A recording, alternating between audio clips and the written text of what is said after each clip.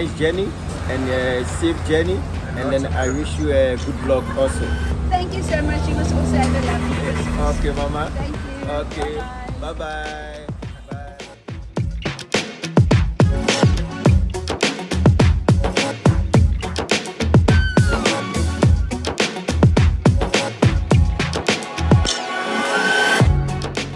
Roosterkoeke en iced coffee.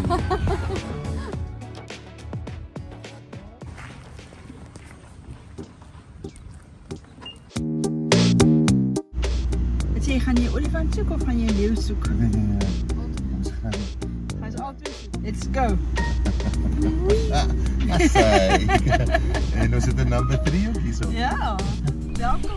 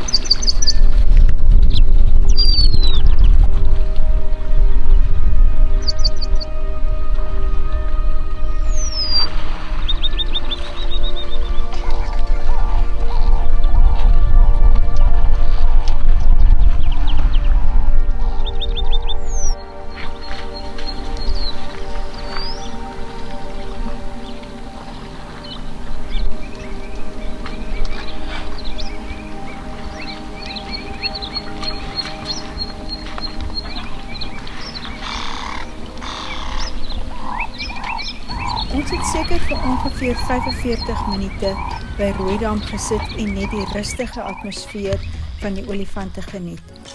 Daarvandaan het ons Hap oor dam toe gery, dis ongeveer so 7,5 kilometer.